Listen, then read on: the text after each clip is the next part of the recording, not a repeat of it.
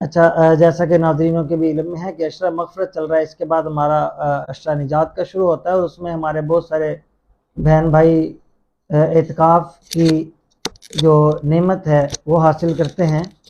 तो मैं अल्लामा साहब से भी अर्ज़ करूँगा, अल्लामा साहब मैं एतिकाफ़ की फ़जीलत के बारे में कुछ बताएं, उसकी हिकमत और फ़जीलत क्या है एतिकाफ़ के बारे में हमारे लोगों को ज़रा आगाह फरमाइए।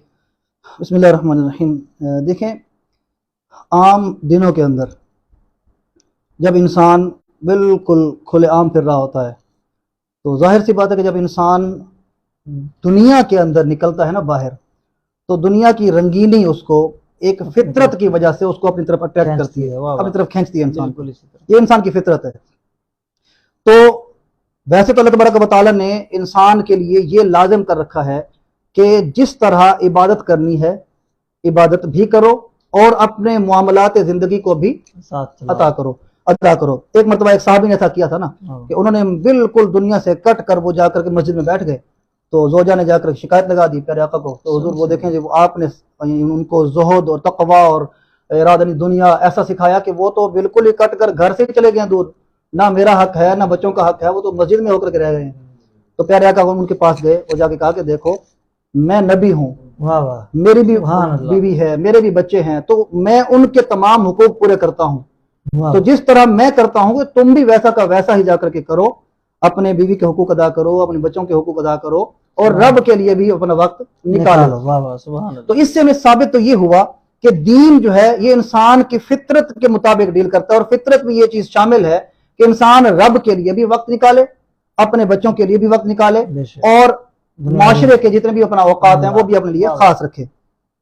ये जो 10 दिन है एतिकाफ के, इसमें आप ऐसे समझ लें कि पूरे 12 महीने, एक साल पूरा का पूरा आपने जिंदगी गुजारी है मुआशरे के अंदर। जी जी। अब 12 महीनों में से 10 दिन का जो एक अरसा है वो रब ने खास कर दिया उम्मत मुहम्मदी के लिए कि ये वो वक्त है कि जिस वक्त में तुमने मेरे करीब आ जाना है। अब मैं ये आपको बतलाऊंगा कि भी इस एतिकाफ को रखने की असल में हिकमत क्या थी, वो आगे चल के पढ़ते हैं। सबसे पहले हम सिर्फ ये पढ़ते हैं कि फजीलत क्या है इसकी, कि नबी करीम सल्लल्लाहु अलैहि वसल्लम के बारे में बीबी आयशा फरमाती हैं कि जैसे ही रमजान मुबारक का आखिरी अशरा स्टार्ट होता, ये जो आखिरी 10 दिन है, अशरा कहते हैं 10 दिनों को, तो पहले 10 दिन, अगले 10 दिन और अगले 10 दिन, तो जैसे ही आखिरी अशरा शुरू होता तो नबी करीम सल्लल्लाहु अलैहि वसल्लम पहले 2 अशरों की निस्बत ज्यादा जिद्दोजहद के साथ लग जाया करते थे इबादत में, यानी 2 अशरों से भी बढ़कर इबादत में लग जाया करते थे।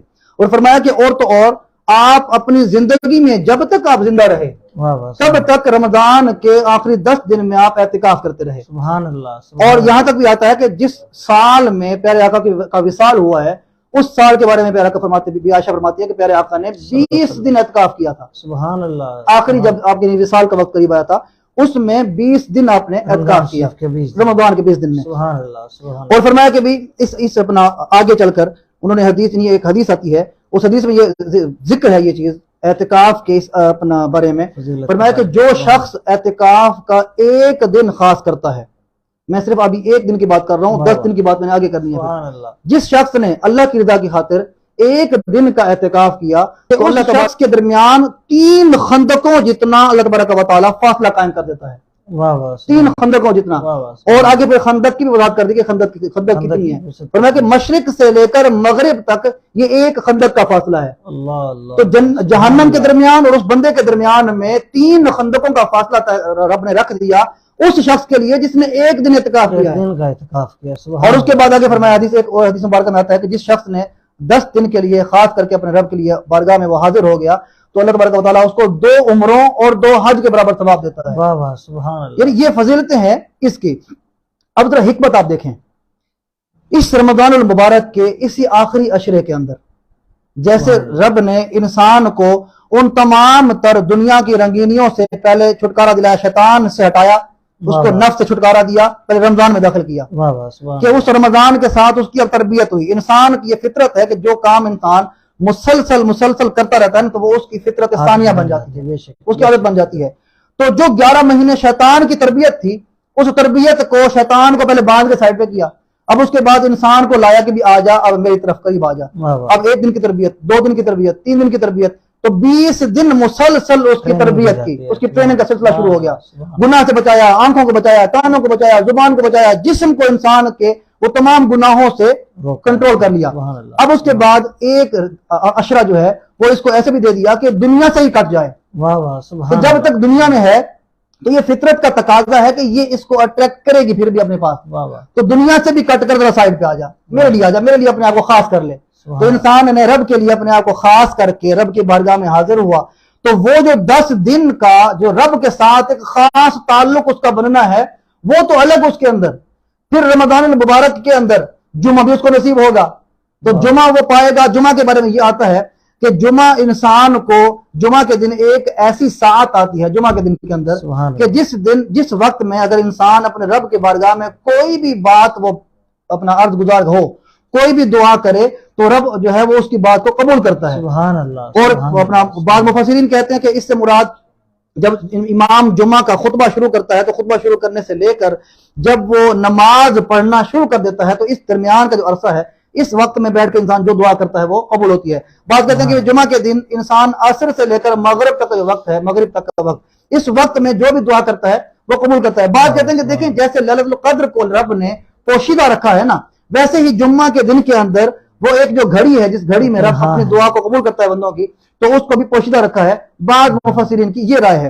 तो वो जुम्मा भी उसको मिल रहा है, रब के साथ जुड़ जाने का और दुनिया से कट कर एक लो लगाने का वक्त भी उसको मिल गया। और फिर जो शब कद्र थी वो भी उसको उसी आखिरी 10 दिन में ही मिलेगी। फरमाया ना हदीस मुबारक अल्फाज है कि भी आखिरी रमजान की आखिरी 10 दिनों के ताक रातों में शब कद्र को तलाश करो।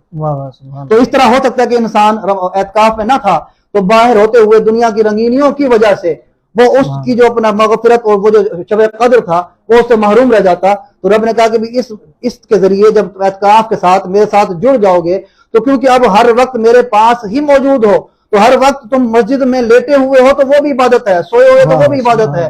तो इबादत के अंदर अपना वक्त गुजारो, जितना ज्यादा हो सकेगा इसमें एतकाफ में इबादत करोगे तो इबादत के साथ साथ इंसान की मगफिरत भी होगी, शब कद्र भी मिलेगी, जुम्मा की बरकतें भी मिलेंगी, एतकाफ की फजीलतें और नबी करीम सल्लल्लाहु अलैहि वसल्लम की सुन्नत पर भी अमल होगा। तो तमाम चीजें समेट कर इंसान के लिए एक ही अशरे में रख दी। सुभान अल्लाह, सुभान अल्लाह, सुभान अल्लाह।